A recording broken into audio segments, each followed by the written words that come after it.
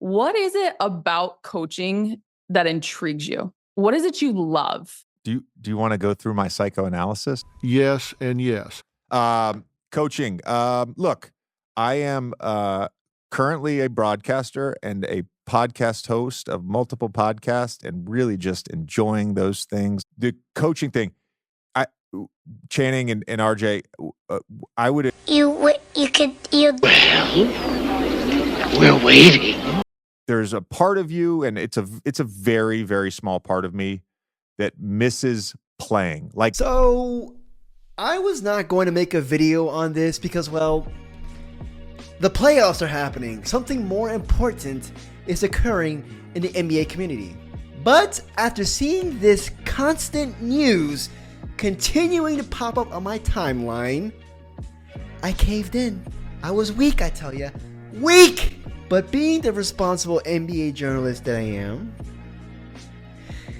I had to dive in deep and see for myself all the current ramifications that everybody's talking about, and ask myself this: to coach or not to coach?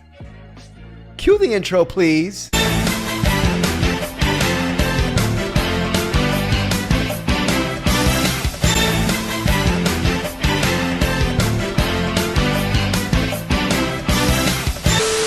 Ugh, that intro sucks ass. But you know what?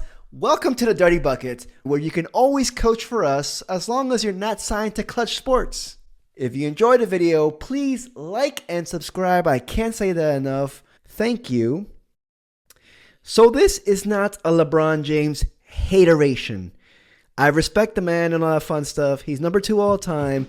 Listen, I respect LeBron James, even though he has given me heartburn every single fucking... Let's get on with this report. Going through the facts, JJ Redick finished his NBA career after the conclusion of the 2020-2021 season. He was a very solid NBA player, especially after joining the Clippers. He finished his career averaging 12.8 points and is widely considered as one of the best shooters of all time. And he was lauded for his cerebral basketball play. Since August of 2020, this man has also built an empire on YouTube, starting with his podcast, The Old Man and the Three, which now has over 1 million subscribers on YouTube. His big YouTube presence alone helped him gain in appearances on ESPN, where he eventually landed a full-time role after being applauded by the NBA community for his in-depth analysis. He was even promoted recently in fall of 2022 by ESPN, and he has joined Mike Breen, Doris Burke, and Lisa Salters, all of whom are legends in their respective fields, in the ESPN's NBA broadcast team, as JJ Redick is appointed to call some of the most important games on the NBA calendar. But let's be honest, JJ Redick came into ESPN and started giving everybody the work. He started giving everybody the work, dude. He made these analysts started shaking their boots.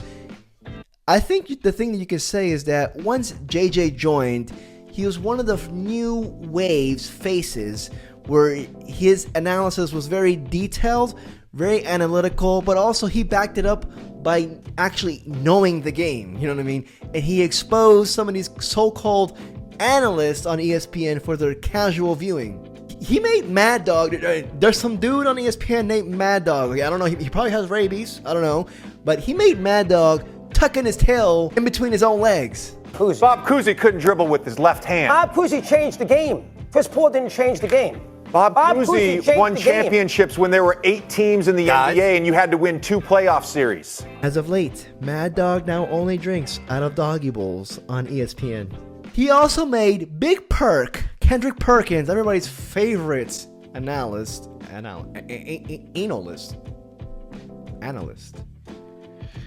freaking burst of blood vessel live on national television. It was beautiful. I loved it. That is exactly what you implied. Secondly, hold on. I did not call. I stated the facts. And you're not about to sit up. We all know what you implied the other day. We all know what you implied. He also went hand in hand with Stephen A. And I can go on and on with these clips, dude. You know what I mean? I got them all in my arsenal, you know. But what I'm trying to say is he came in and he shook up ESPN, and I loved it. I think we all loved it. For the most part, he is widely respected, even until this day. But now, after seeing JJ Redick's massive rise as one of the NBA's top analysts, this man even went where no one else has gone and started a podcast with the one and only LeBron James called Mind the Game, which is probably the hottest basketball pod out as of right now. This man is on fire. He is on top of the world, whether Kendrick Perkins likes it or not. It's the fact. But now he wants to throw it all away and coach the Lakers, but most importantly, coach LeBron James, who is notorious for firing head coaches for not fluffing the pillows correctly late at night. This rumor continues to get bigger and bigger as friggin' LeBron's personal masseuse confirmed it on ESPN, dude. Everybody knows Brian Windhorst, you know what I mean? Like, he's the biggest LeBron sexual. He's fluent in Bronese. Pronouns are /them for friggin' Brian Windhorst. And he had this to say about LeBron James and the possibility of JJ Redick coaching him in the near future. But JJ is absolutely a legitimate candidate for the job. I have no doubt that he could be a very good head coach. This is a very hard job to take. Play an old team with high expectations in the Western Conference. LeBron James, here's a stat for you guys. In 21 seasons in the NBA, this man has had 9 different head coaches. 9 different. That is damn near at every other year he gets a new head coach. But on top of that, he also wants to go to the West and coach the Lakers. The mighty West. You know what I mean? They will only get stronger next year with Memphis coming back with freaking, I don't know, NBA YoungBoy joining the Memphis Grizzlies again. This is, in my opinion, a very poor decision if he would at least go to the Lakers. Go to the East. Go to the East. Start somewhere slow. Go to the Wizards. Coach No. As a Wizards fan, I would not do that to him. I respect him too much. Just go to the East. I do not understand what's the need to go straight to the coach of the Lakers, who are one of the biggest teams in the NBA. You're going to have the entire spotlight media on you. And on top of that, if you don't succeed in your first year, you're probably going to be out. LeBron is on the last years of his career. This man needs to win now. He does not care, nor should he care, to wait for JJ Redick to develop as a head coach. Now, I did think of one thing though. Jason Kidd, who started off pretty slow as a head coach and now has turned it around, is coaching the Dallas Mavericks, who are going deep into the playoffs. But people sometimes forget, Jason Kidd actually came out and he wasn't that great of a coach from the beginning. His stint with the Bucks was a bit, I guess you can say average. But I was going to go through his financials. I'm assuming with the empire he has on YouTube, the salary he has on ESPN, calling NBA games, this man is making $10+ million a year. I'm assuming. But he wants to give that all away to coach for the Lakers and LeBron James. And that's like breaking up with Doja Cat for a cat. A heck, you have Doja Cat in your hands and you're over here dicking around with Whiskers.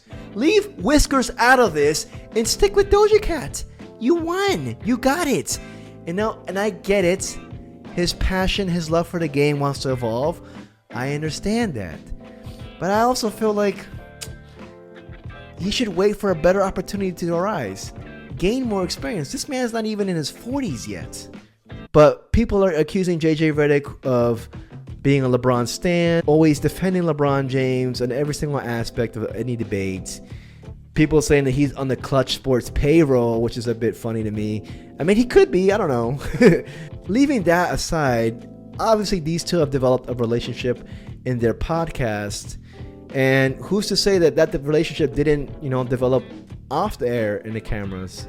I feel like for JJ Redick, he needs a young team, a team that's on the come up, a rebuilding team, somewhere where he can learn himself how to coach.